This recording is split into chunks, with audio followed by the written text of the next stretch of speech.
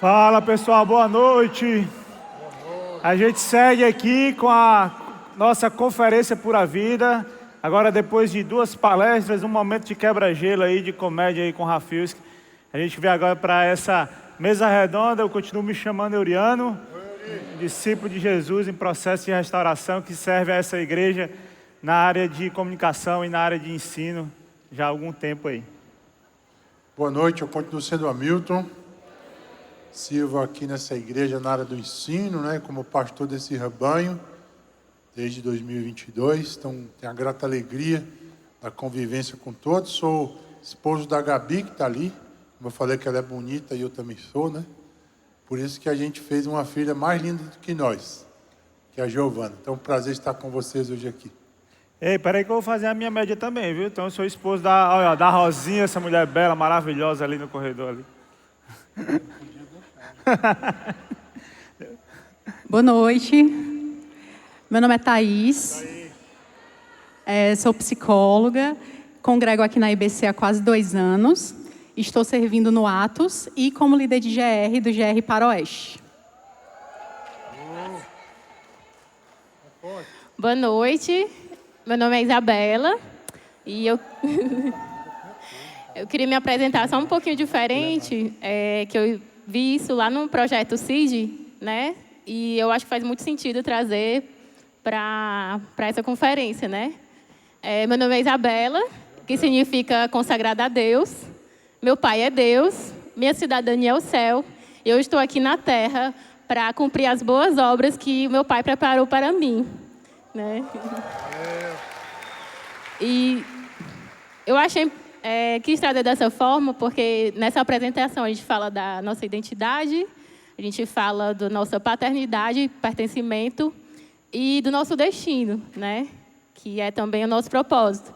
Então, além de ser filha de Deus, eu sou filha da Edna e do César. Estou na IBC há quase 5 anos, estou servindo no Atos há algum tempo e também estou liderando o GR do Paraleste, que até está no Paroeste. E atuo como assistente social na área da educação. E é isso. Valeu, Bela. Bom, a gente já vem construindo aqui desde o início, Falamos sobre vida pura, depois nós seguimos aqui falando sobre a questão da mente. E agora a gente vai bater um papo até sobre um pouco sobre isso, Algo que a gente já conversou aqui, já falou aqui, agora nessa mesa redonda. Eu queria começar esse papo perguntando a Thaís aqui, falando com a Thaís. O que acontece? Thaís e os demais, A gente teve um período na história, que foi o período do iluminismo, que resolveu-se fazer uma separação das coisas, Separa-se a razão da emoção, separa-se a razão do divino, e aí coloca-se a razão numa prateleira, num andar superior, e se dá destaque demais a isso, e aquilo que é divino, aquilo que é sagrado, ele é colocado num andar inferior. Então, isso não tem mais valor para essa era da razão, para essa era iluminista. E a partir daí, a gente vem seguindo o rumo do mundo, ele vem seguindo aí nessa toada. Então, eu queria, olhando para isso, e perguntar aqui para a Thaís, que ela falasse um pouco para nós, até ela como psicóloga, como ela vê essas 2 visões que a gente tem de sexualidade, porque a sexualidade nisso também se quebra, Então, até como foi falado ali na primeira palestra da música lá. Então, o amor é cristão, o sexo é pagão, o amor é divino, o sexo não é. Então, tem essa quebra aí. Então, eu queria que você falasse para a gente sobre essas 2 visões, De como a ciência vê a sexualidade e como Deus, com a Bíblia, enxerga isso. Nossa. Eu acho que isso afeta demais até a nossa visão de igreja, sobre esse tema da sexualidade. Eu venho de uma igreja tradicional, antes de vir para a IBC, e era um tema muito tabu. Então, assim, ninguém falava sobre isso, ninguém falava sobre lutas nessa área. E a gente entende, de forma geral, na ciência, na psicologia, o quanto a sexualidade ela faz parte, compõe a gente, desse ser integral. E, de certa forma, a ciência entende que essa sexualidade ela tem um caráter reprodutivo, Então, de certa forma, é evolutivo, para o ser humano e para todas as espécies. Então, a gente precisa dessa dimensão da reprodução, da sexualidade. A gente precisa também dela no caráter protetivo. Então, por exemplo, nós, seres humanos, somos seres gregários, Que somos seres que precisam estar em comunidade, ter afetos, relacionamentos. Então, isso é protetivo. Enquanto alguns, na época anterior, né, viviam isolados, aquilo ali não durou muito tempo. E aí o homem, quando passa a viver no coletivo, entende a importância disso como ser protetivo. E isso tem a ver com sexualidade também, né? Esses afetos, esses relacionamentos, quando são direcionados para o outro. E também tem o caráter identitário, né? A gente se identifica, constrói essa noção de si, né, de si mesmo, a partir desse outro também. Então, é nas nossas relações que a gente vai construindo a nossa percepção de si, como é que a gente entende os nossos limites, quem a gente é. Então, é muito importante esse tema da sexualidade em todos esses âmbitos, né, da atração, dos aspectos biológicos, hormonais, e é algo que todo mundo lida com isso. É inevitável. A questão é se a gente fala sobre isso ou não fala. E aí, não falar é muito complicado, porque aí gera todo esse tabu, né, que leva-se por muito tempo, e que aprisiona muitas pessoas, né, nessa área também. E aí eu sempre penso como Deus criou, né, a sexualidade, porque se vê a sexualidade de uma forma muito ruim, como algo que genuinamente é algo negativo, e se Deus criou, como é que isso é ruim, né? Deus criou isso para um propósito, né? Criou para que a gente possa ter relacionamento, para que a gente possa viver em comunhão, em comunidade, só que a queda desvirtua tudo, né? Então a gente entende que houve esse problema, né, onde esses afetos se desorganizaram e essa busca por essa sexualidade sem um norte, né, de forma desenfreada, acabou esquecendo do propósito maior, porque quando Deus cria a sexualidade, é no propósito de aliança, né, de casamento. E aí não só no casamento entre homem e mulher, né, mas entendendo esse casamento e essa aliança de Deus com a igreja, né? Então, de forma geral, essa sexualidade, quando ela é rendida ao Senhor, ela vai glorificar o Senhor, né? O problema é como ela tem sido aplicada na prática. E aí eu ia até pontuar aquela frase, né, que o Euriano passou do David Heiker, né, que ele fala que uma bênção mal administrada vira maldição. Então, a sexualidade, quando ela não é administrada e usada para a glória de Deus, ela vai virar uma maldição. E aí a sociedade, de forma geral, a cultura, ela tenta vender principalmente em relação à ideologia de gênero, né, que a gente entra nessa pauta aí da sexualidade, que se fala muito, mas de formas totalmente diversas, e aí se vende em 3 perspectivas, né? Entendendo que isso vai compor a identidade da pessoa, então esses afetos é como se eles me regem, né? Então eu sou o que eu sinto, vende a ideia de pertencimento, então eu faço parte dessa comunidade, e uma bandeira, uma causa, um propósito. E aí, por isso que, muitas vezes, as pessoas elas se rendem a essa lógica da sexualidade de forma totalmente desvirtuada, não pelo sexo em si, mas por tudo que representa, né? Pela identidade, pelo simbolismo, pela bandeira que se vende, né? E aí, uma frase que eu, às vezes, escuto, as pessoas que lutam com a questão, principalmente da homossexualidade, que falam, se Deus me criou assim, por que agora Ele quer que eu mude, né? Por que Ele quer tirar isso de mim, né? Que Deus é esse? E aí eu sempre pontuo, né, que, na verdade, Deus ama o pecador. Tanto o que peca na área da heterossexualidade, o que peca na área da homossexualidade. Então, Ele nos ama, mas Ele abole aquele comportamento específico, né? E aí eu devolvo, geralmente, para a pessoa, perguntando se ela consegue amar esse Deus também. Porque, às vezes, a gente pergunta, esse Deus me ama, mas eu amo Ele? Por quê? Porque quando a gente vai naquela passagem sobre Lucas 9:23, do negue-se a si mesmo, tome sua cruz e siga-me, esse tomar sua cruz é render tudo, inclusive os afetos, inclusive a sexualidade, né? Então, tudo tem que ser rendido, não só o homossexual, mas o heterossexual também, né? De forma geral, acho que é isso. É interessante que até no livro do Heiker, tem uma hora que ele diz assim, Deus é amor. Essa é a frase que todos nós conhecemos, Deus é amor. Agora, coloca-se muito que, como Deus é amor, o amor é Deus, mas Deus é amor. Porque se eu começo a acreditar que o amor é Deus, então eu começo a fazer de tudo aquilo que eu amo um Deus. De tudo aquilo que eu amo, eu faço um Deus para mim. E aí eu quero encaixotar Deus dentro daquilo que eu amo, daquilo que eu quero, daquilo que eu desejo e por aí vai, né? E aí é por isso a sociedade vai querer mexer justamente nisso aí e gerar esse conflito com o Senhor, né? Com Deus. Deixa eu seguir aqui com o pastor Hamilton, até porque ela falou da questão da queda. Agostinho fala muito sobre isso, né? Sobre essa questão do pecado original, né? De como tudo foi deformado a partir de Gênesis capítulo 3, né? Então, até Gênesis capítulo 1, 2, a gente tem tudo o perfeito de Deus para nós, e aí a partir do capítulo 3 acontece a queda e tudo que vem aí, né? Então, pastor, fala um pouco mais aí para nós sobre essa sexualidade, ela ter se tornado um problema nessa pós-queda, né?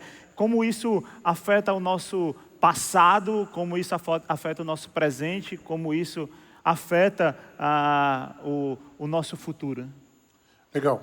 Eu começaria falando do ponto de vista da historicidade da Sagrada Escritura, porque aqueles que consideram, né, do ponto de vista da pseudociência, que a Bíblia não é um livro histórico, é um conto mitológico, conto da carochinha, né?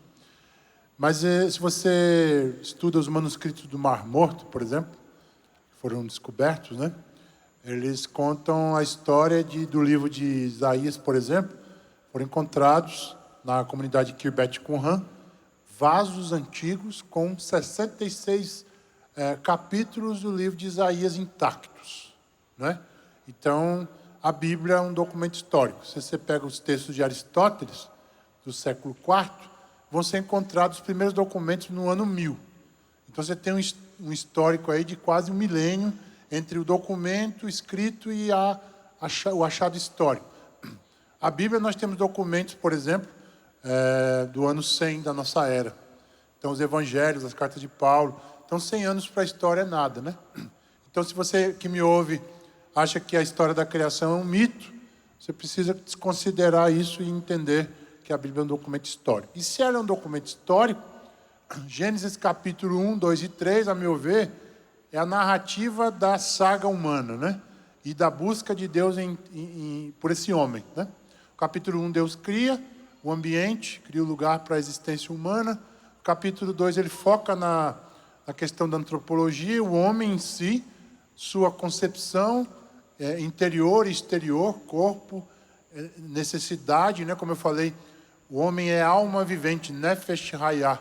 Essa palavra nefesh, ela é usada para toda a parte respiratória e para o estômago, né?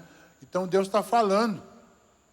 E da mesma forma que a gente precisa do alimento para subsistir e do ar para respirar, Deus nos faz nefesh hayah. O homem é um ser vivente, é um ser de necessidade. Então talvez essa é a grande questão. Cada um de nós é um ser de necessidade, é um ser insaciável. E aí a saciabilidade do homem estava em Gênesis 3:6. Na viração do dia, aquele contato, aquele bate-papo entre Adão e Eva e o Senhor. Aquele momento era o momento da saciabilidade. Era o momento da plenitude, né? Então, quando o homem cai, aí Gênesis capítulo 3, eu diria que a tragédia é o texto trágico de toda a história. A maior tragédia que poderia acontecer é a desconexão do homem em relação ao Criador, né? É como esse ventilador que está conectado aqui à tomada e eu desplugo. Ele vai continuar rodando, daqui a pouco ele para. Então, o ser humano pós-queda, ele vai buscar a sua saciabilidade, não mais na vertical, mas na horizontal, em tudo que você possa imaginar. No dinheiro, no poder, né? No status. E aí, dentre essa totalidade da vida humana, nós vamos trazer a faceta do sexo, né? A sexualidade, que era algo para ser vivida na particularidade da relação a dois, o ser humano não tem mais princípio. Então, ele vai usar aquilo da pior forma possível, que é para o seu alto prazer. É uma vida hedonista. Então, o sexo, hoje em dia, é uma prerrogativa hedonista.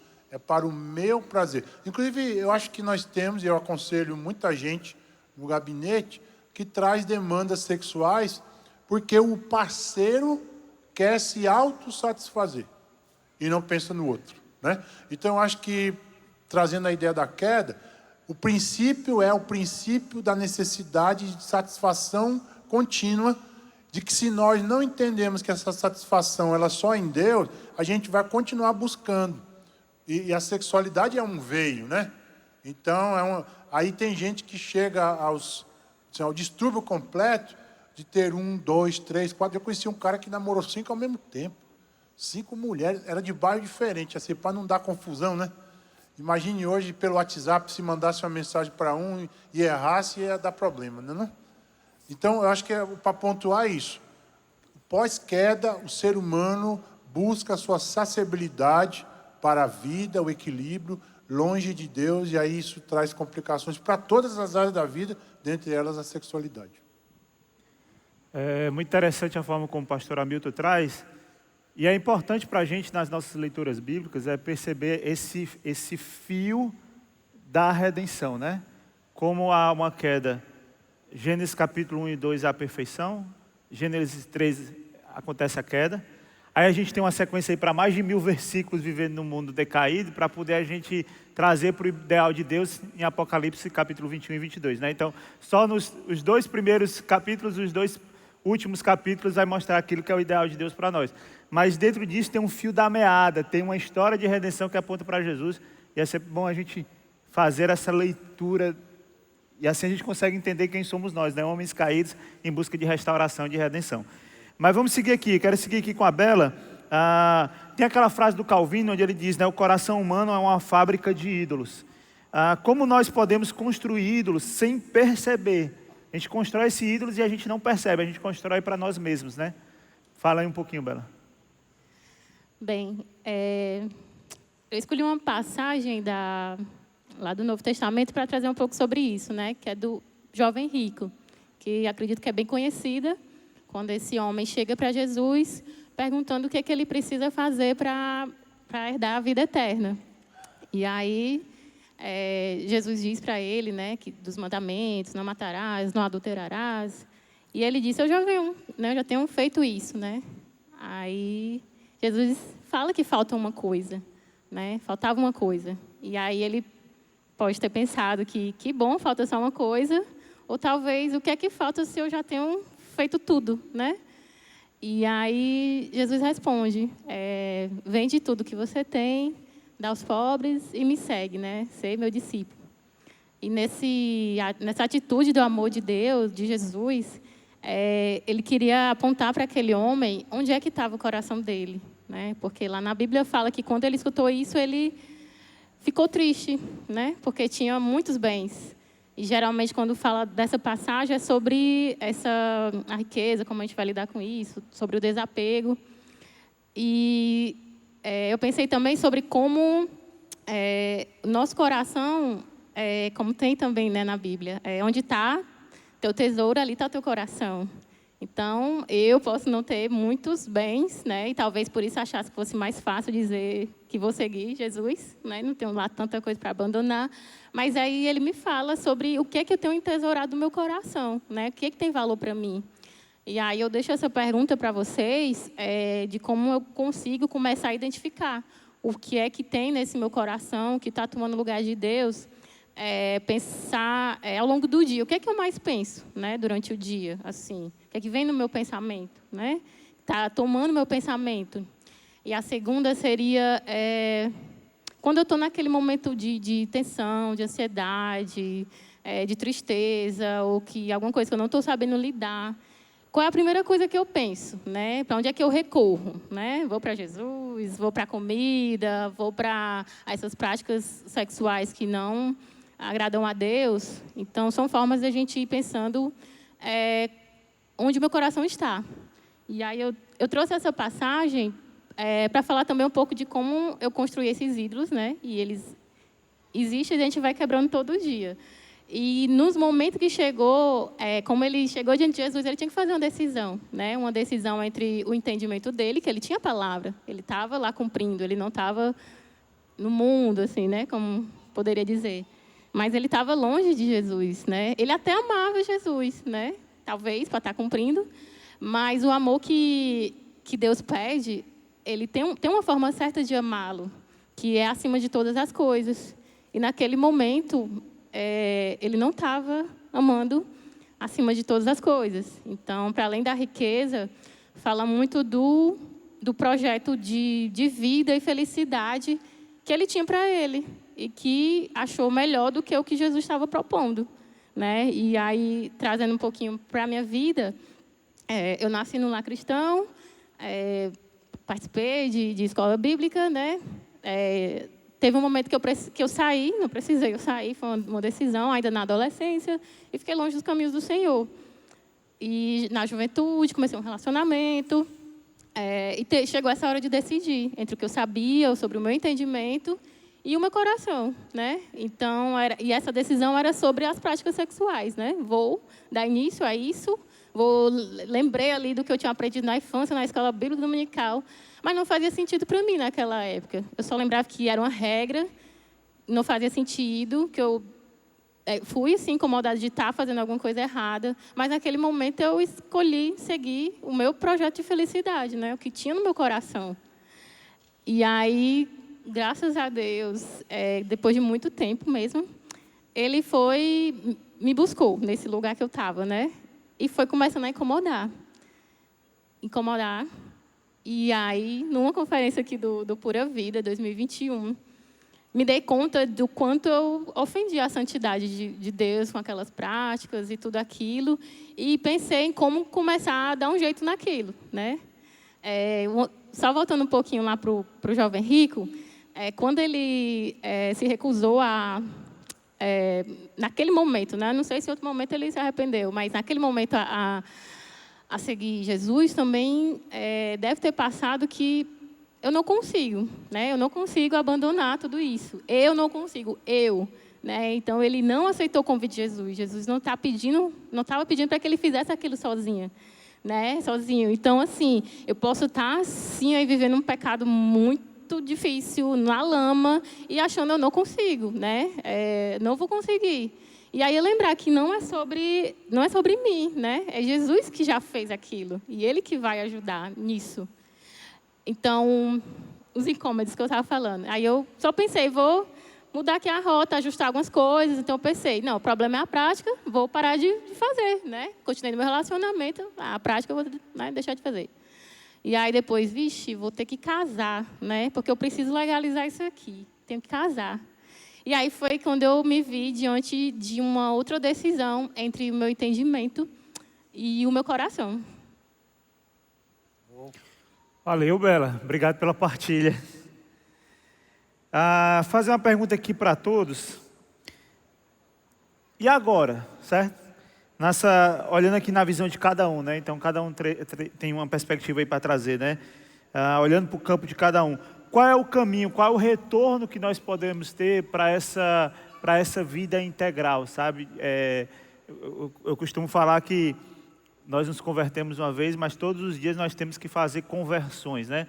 Está indo no caminho, mas o caminho está errado, eu tenho que pegar o primeiro retorno, fazer a conversão para voltar para o caminho certo, né? Então, quais as conversões, né? O que é que eu preciso fazer aí para retornar a essa vida integral, essa vida plena, isso que Deus espera de nós?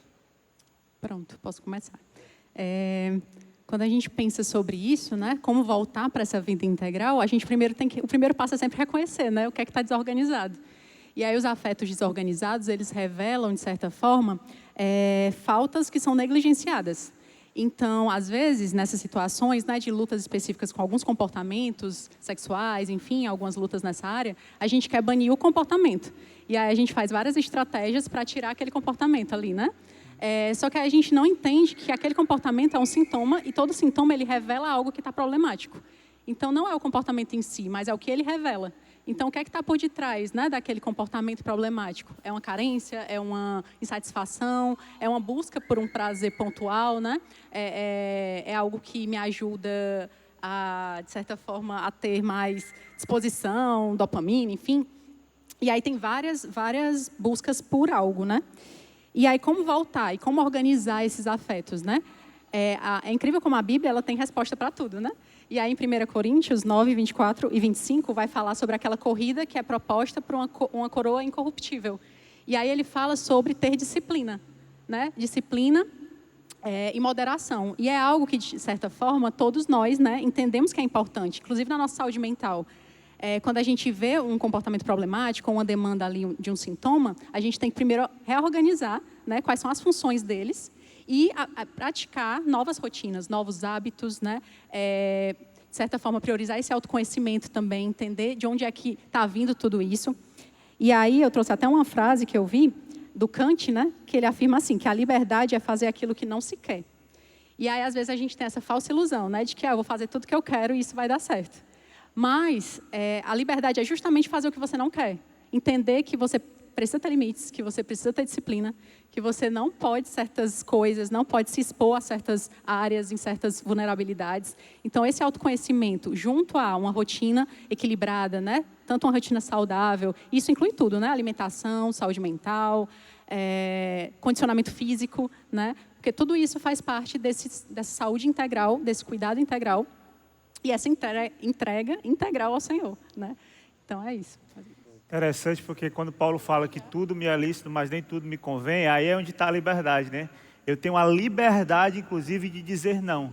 Eu tenho a liberdade de dizer, não, isso eu não vou fazer, porque isso aqui não está certo. Embora seja lícito, mas não me convém, eu tenho a liberdade de fazer isso, né? Eu tenho a liberdade, inclusive, de mesmo sendo... Eu fui judeu, eu tinha todas as práticas que o judeu praticava. Eu tenho a liberdade, inclusive, de ir até o judeu, me fazer como um judeu para poder tentar ganhar o judeu, mesmo eu não querendo mais isso para a minha vida, mas ele vai lá. Então, essa que tu traz do Kant, um pouco daquilo que Paulo traz também lá na carta de Coríntios, né? E aí, Bela, fala aí um pouco para a gente, até porque tem o versículo que a gente usa de 1 Tessalonicenses 4:3-4, do Atitude, ele tem uma outra roupagem. No final ele diz, Deus espera de mim uma dedicação radical. Aí aponta um pouco para a gente aí sobre isso, né?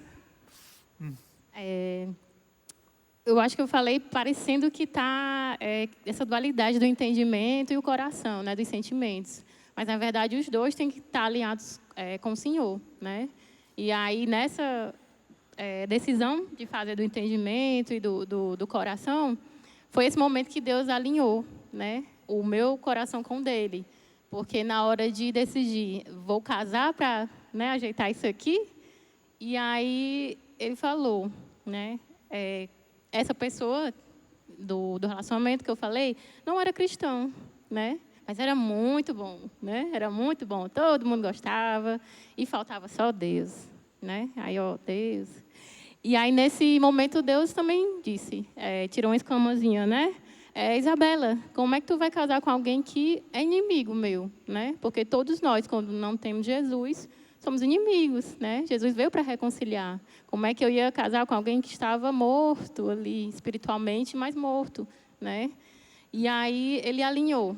E eu disse, tá, Senhor, eu vou dar meu sim, né? Não foi um sim fácil para o que tudo aquilo representava para mim naquele momento. Mas foi um sim necessário que foi sustentado por Deus. Em muitos momentos eu contava para as amigas, me comparando a Abraão, né, quando Deus provou o seu coração, pedindo Isaac, e eu, essa é uma prova, né, Deus vai devolver aí.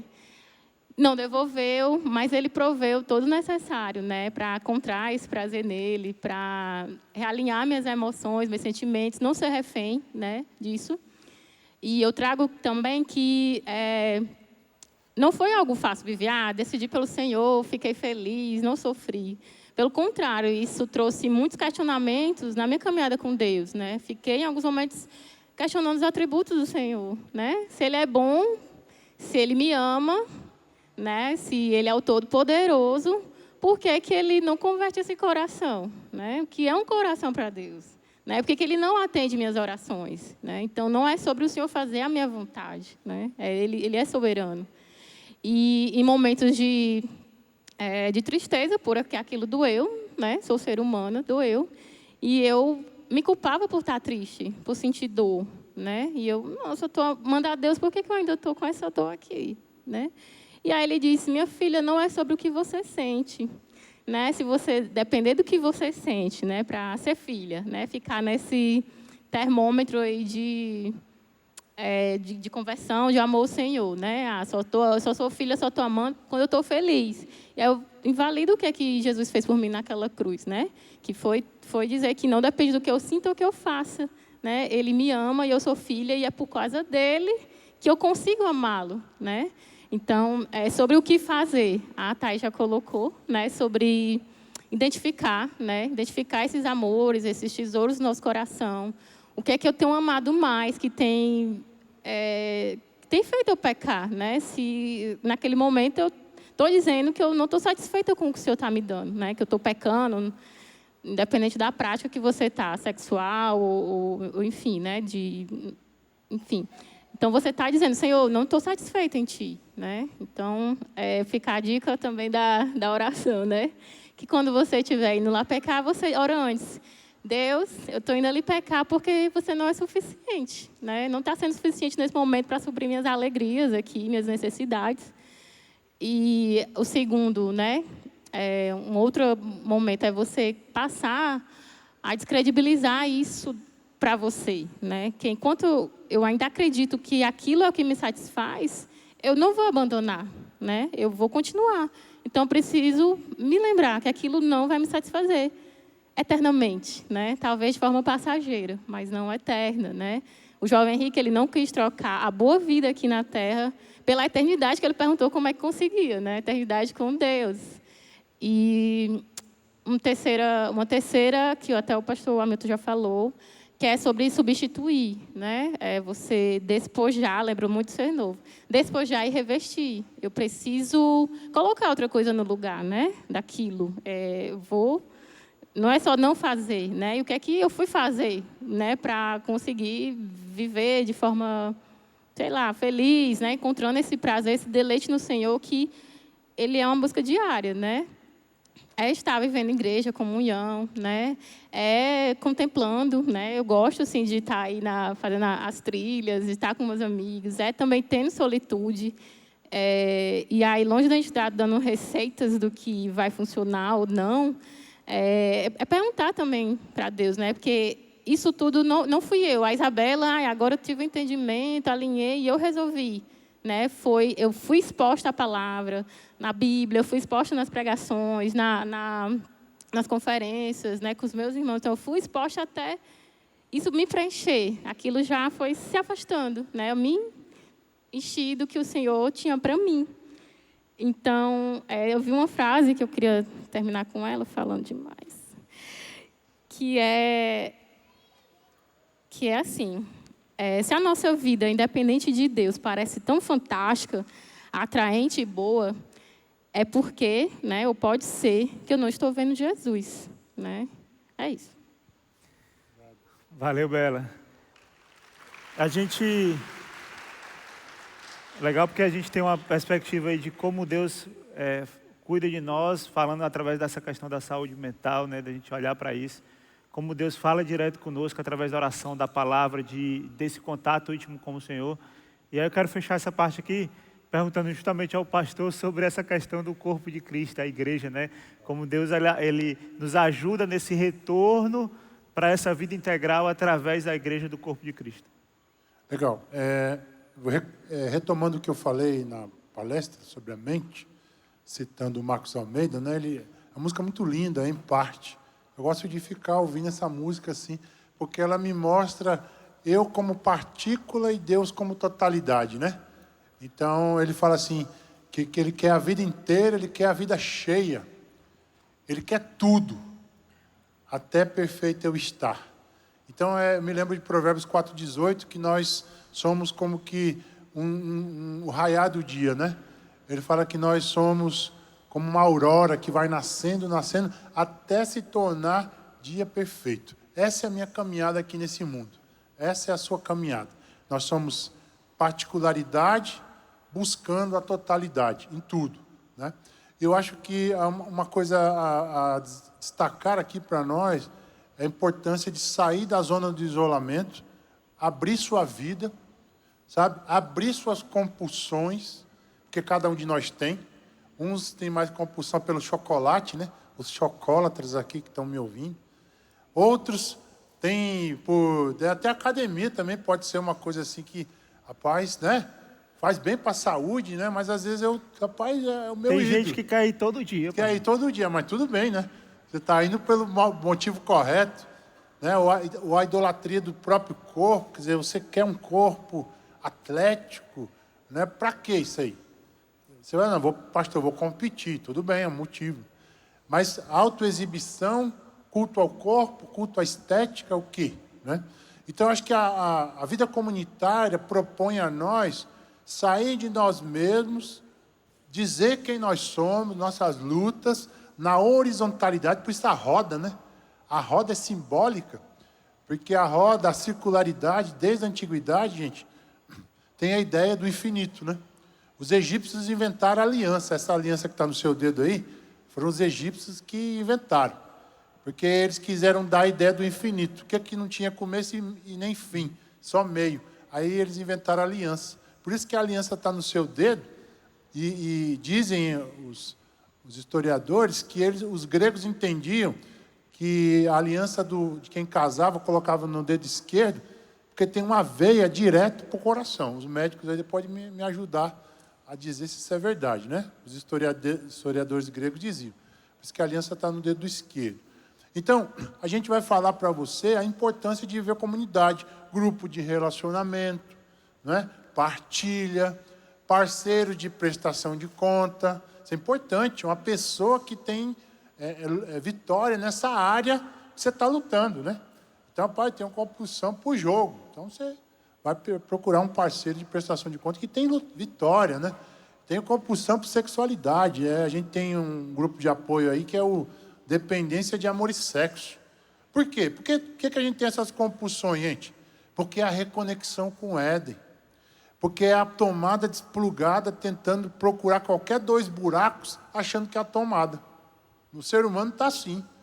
Qualquer 2 buracos que a gente encontra é um lugar para plugar e não é, sabe? Então não é o sexo que vai nos preencher, não é o dinheiro, não é a posse, não é quando eu tiver qualquer coisa que vai me saciar, que vai reconectar o todo com a parte. Não, só tem uma coisa. Só tem uma coisa que vai trazer a plenitude para a sua vida e tornar o seu mundo cinza ou preto e branco no mundo colorido, que é a presença de Deus, né? A presença de Deus, quando entra no meu coração, ela reconecta a totalidade com a minha particularidade. Eu me sinto pleno, eu me sinto cheio. E se eu tenho um relacionamento, não é o copo que enche, é a gota que transborda, sabe? Sabe a gota? Derramou a gota, transbordou, né? Porque se você é dependente de amor e sexo, aí você pensa que você vai casar, você vai ter todo dia. Mentira. É ou não é? Pastor, não fale isso comigo não. Eu estou noivo, eu estou aqui verminoso, achando que vai dar certo. Vai não. O senhor me deixou triste. Não, principalmente os homens. Conversa é essa? Conversa é essa. Por quê? O sexo, no meu entendimento, é uma bênção de Deus, é a cereja do bolo de um relacionamento. Certo? É a celebração. Mas tem dia que vocês não vão conseguir, porque o dia foi tão cheio, teve outras demandas, né? Então, não é a quantidade, ou talvez a questão de achar que isso é o casamento em si. O sexo é a cereja do bolo.